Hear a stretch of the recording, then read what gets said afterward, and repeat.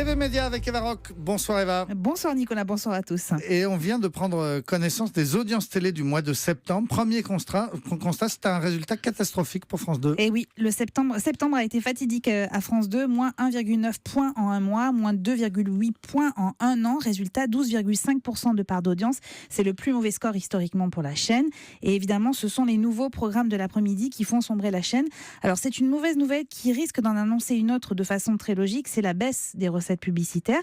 Selon les informations communiquées par Marianne Sipourdis, qui est directrice générale de France Télévisions Publicité, ils ont mesuré en fait cet impact de ces nouvelles émissions. Et bien cet impact, c'est 2% sur le chiffre d'affaires du mois de septembre, sachant que l'ensemble de la baisse de ces recettes publicitaires est d'au moins 5% en un an. Alors rien de catastrophique, on nous dit.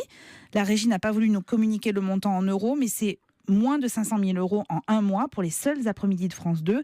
Il n'empêche que la situation n'est pas bonne. Alors, soit Vincent Médé, qui est le patron de France 2, se donne les moyens de changer les après-midi, soit il s'entête dans ce choix. Et pour les autres chaînes, Eva ? Alors, tout n'est pas catastrophique pour le groupe France Télévisions, parce que France 5 se porte bien et enregistre une hausse des audiences. C'est un peu plus compliqué pour France 3, dont l'accès est toujours leader, mais en prime, il y a 14 soirées qui ont quand même fait moins de 10%, donc c'est pas très bon. C'est TF1 qui est toujours leader avec 20,4% de part d'audience, mais en recul d'un point en un an. Et la grande gagnante, c'est M6, troisième chaîne nationale, en hausse sur un mois et sur un an. Et puis alors le dernier point important que je voulais vous signaler, c'est la bataille entre C8 et TMC. Alors c'est un avantage pour la chaîne du groupe Canal+ sur les audiences générales, mais c'est TMC qui l'emporte si on ne regarde que l'audience sur les fameuses ménagères de moins de 50 ans.